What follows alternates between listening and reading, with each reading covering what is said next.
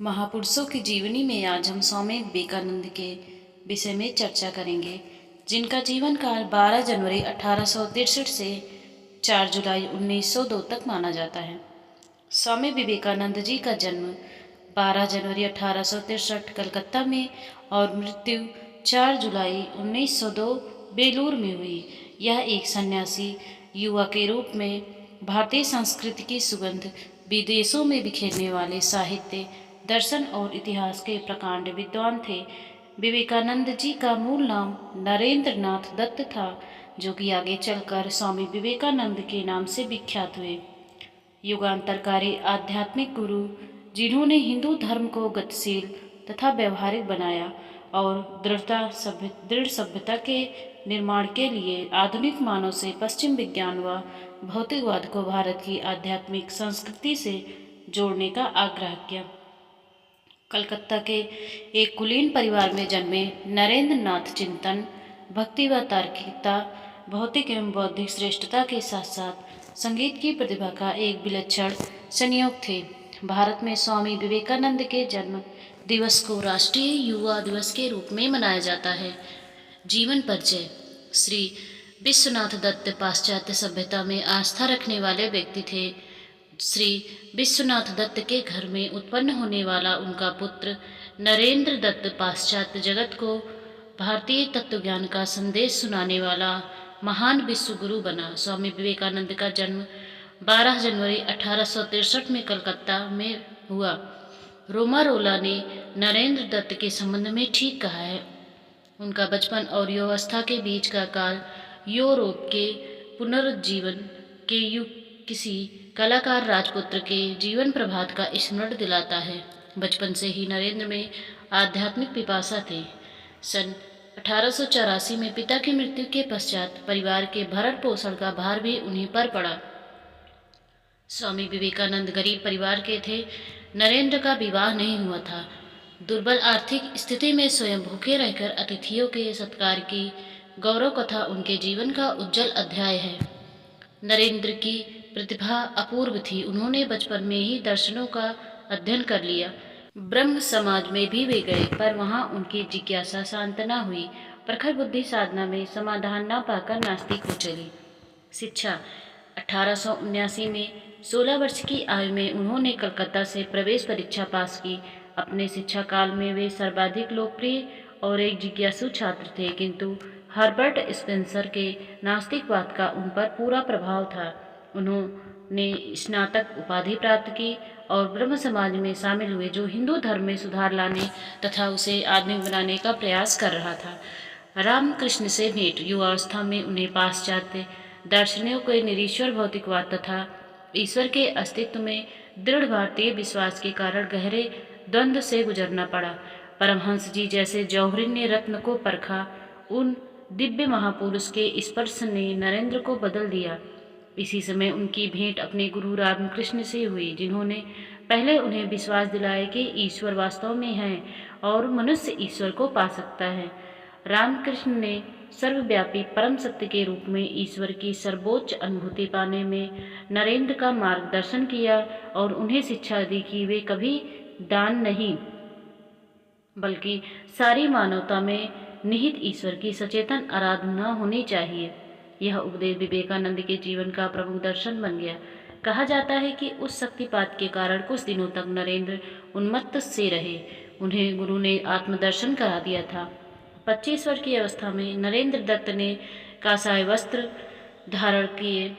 अपने गुरु से प्रेरित होकर नरेंद्र नाथ ने सन्यासी जीवन बिताने की दीक्षा ली और स्वामी विवेकानंद के रूप में जाने गए। जीवन के आलोक को जगत के अंधकार में भटकते प्राणियों के समक्ष उन्हें उपस्थित करना था। स्वामी विवेकानंद ने पैदल ही पूरे भारत की यात्रा की। देश का पुनर्निर्माण। रामकृष्ण की मृत्यु के बाद उन्होंने स्वयं को हिमालय में चिंतन रूपी आनंद सागर में डुबाने की चेष्टा की, लेकिन जल्दी ही वह इसे त्याग कर भारत की कारुणिक निर्धनता से साक्षात्कार करने और देश के पुनर्निर्माण के लिए समूचे भारत में भ्रमण पर निकल पड़े। इस दौरान उन्हें कई दिनों तक भूखे भी रहना पड़ा। इन 6 वर्षों के भ्रमण काल में वह राजाओं और दलितों दोनों के अतिथि रहे। उनकी यह महान यात्रा कन्याकुमारी में समाप्त हुई, जहाँ ध्यानमग्न विवेकानंद को यह ज्ञान प्राप्त हुआ कि राष्ट्रीय पुनर्निर्माण की ओर रुझान वाले नए भारतीय बैरागियों और सभी आत्माओं, विशेषकर जनसाधारण की सुप्त दिव्यता के जागरण से ही इस मृतप्राय देश में प्राणों का संचार किया जा सकता है। भारत के पुनर्निर्माण के प्रति उनके लगाव ने उन्हें अंततः 1893 में शिकागो धर्म संसद में जाने के लिए प्रेरित किया, जहां वह बिना आमंत्रण के गए थे। परिषद में उनके प्रवेश की अनुमति मिलनी ही कठिन हो गई। उनको समय न मिले, इसका भरपूर प्रयत्न किया गया। भला पराधीन भारत क्या संदेश देगा? यूरोपीय भला पराधीन भारत क्या संदेश देगा? यूरोपीय वर्ग को तो भारत के नाम से भी घृणा थी। एक अमेरिकन प्रोफेसर के उद्योग से किसी प्रकार समय मिला और 11 सितंबर सन 1893 के उस दिन उनके अलौकिक तत्वज्ञान ने पाश्चात्य जगत को चौंका दिया। अमेरिका ने स्वीकार कर लिया कि वस्तुतः भारत ही जगत गुरु था और रहेगा। स्वामी विवेकानंद ने महाभारत और हिंदू धर्म की भव्यता स्थापित की जबरदस्त प्रभाव छोड़ा। Sisters and brothers of America, अमेरिकी भाइयों और बहनों के संबोधन के साथ अपने भाषण की शुरुआत करते ही 7,000 प्रतिनिधियों ने तालियों के साथ उनका स्वागत किया। विवेकानंद ने वहां एकत्र लोगों को सभी मानवों की अनिवार्य दिव्यता के प्राचीन वेदांतिक संदेश और सभी धर्मों में निहित एकता से परिचित कराया। सन 1896 तक वे अमेरिका रहे। उन्हीं का व्यक्तित्व था जिसने भारत एवं हिंदू धर्म के गौरव को प्रथम बार विदेशों में जागृत किया।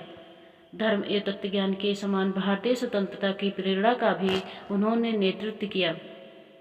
स्वामी विवेकानंद कहा करते थे, मैं कोई तत्ववेत्ता नहीं हूँ, ना तो संघ या दार्शनिक ही हूँ। मैं तो गरीब हूँ और गरीबों का अनन्य भक्त हूँ। मैं तो सच्चा महात्मा हूँ, उसे ही कहूँगा जिसका हृदय गरीबों के लिए तड़पता हो। वेदांत धर्म 1897 में जब स्वामी विवेकानंद भारत लौटे तो राष्ट्र ने अभूतपूर्व उत्साह के साथ उनका स्वागत किया और उनके द्वारा दिए गए वेदांत के मानवतावादी, गतिशील तथा प्रायोगिक संदेश ने हजारों लोगों को प्रभावित किया। स्वामी विवेकानंद ने सदियों के आलस्य को त्यागने के लिए भारतीयों को प्रेरित किया और उन्हें विश्व नेता के रूप में नए आत्मविश्वास के साथ उठ खड़े होने तथा दलितों व महिलाओं को शिक्षित करने तथा उनके उत्थान के माध्यम से देश को ऊपर उठाने का संदेश दिया। स्वामी विवेकानंद ने घोषणा की कि सभी कार्यों और सेवाओं को मानव में पूर्णतः व्याप्त ईश्वर की परम आराधना बनाकर वेदांत धर्म को व्यवहारिक बनाया जाना जरूरी है।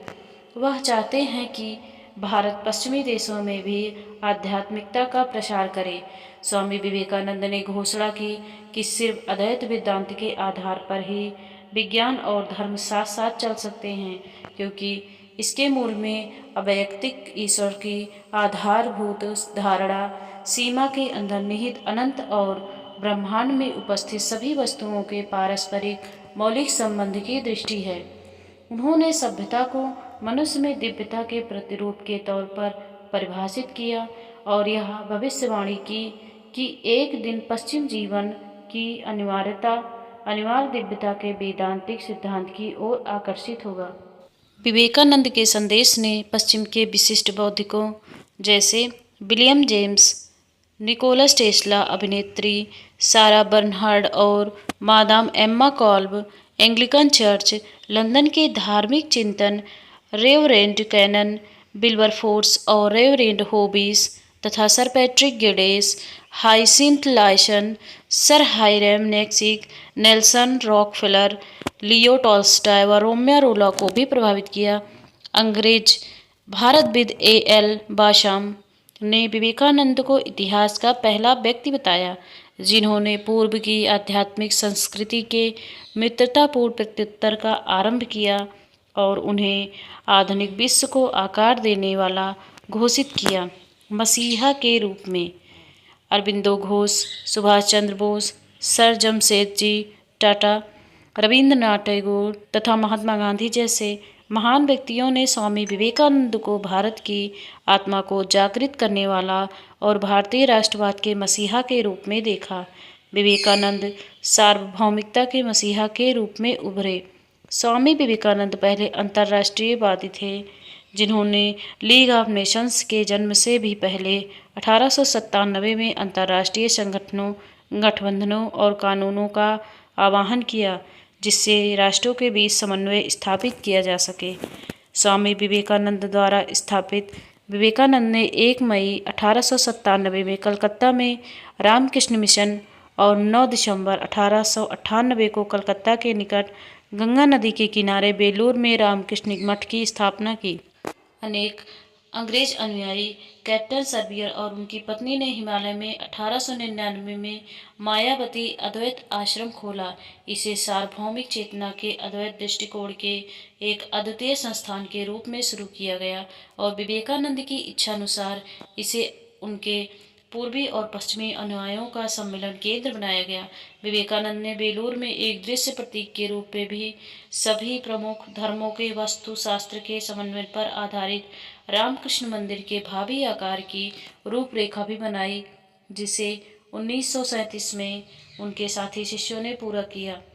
ग्रंथों की रचना, योग, राजयोग तथा ज्ञान योग जैसे ग्रंथों की रचना करके विवेकानंद ने युवा जगत को एक नई राह दिखाई है, जिसका प्रभाव जनमानस पर युगों युगों तक छाया रहेगा। कन्याकुमारी में निर्मित उनका स्मारक आज भी उनकी महानता की कहानी कह रहा है। मृत्यु। उनके ओजस्वी और सारगर्भित व्याख्यानों की प्रसिद्धि विश्व भर में है। जीवन के अंतिम दिन उन्होंने शुक्ल यजुर्वेद की व्याख्या की और कहा, एक और विवेकानंद चाहिए, यह समझने के लिए कि वह इस विवेकानंद ने अब तक क्या किया है। प्रत्यदर्शियों के अनुसार जीवन के अंतिम दिन भी उन्होंने अपने ध्यान करने की दिनचर्या को नहीं बदला और प्रातः 2-3 घंटे ध्यान किया। उन्हें दमा और शर्करा के अतिरिक्त अन्य शारीरिक व्याधियों ने घेर रखा था। उन्होंने कहा था, ये बीमारियां मुझे 40 वर्ष की आयु भी पार नहीं करने देंगी। 4 जुलाई 1902 को बेलूर में रामकृष्ण मठ में उन्होंने ध्यानमग्न अवस्था में महासमाधि धारण कर प्राण त्याग दिए। उनके शिष्य और अनुयायियों ने उनकी स्मृति में वहां एक मंदिर बनवाया और समूचे विश्व में विवेकानंद तथा उनके गुरु रामकृष्ण के संदेशों के प्रचार के लिए 130 से अधिक केंद्रों की स्थापना की।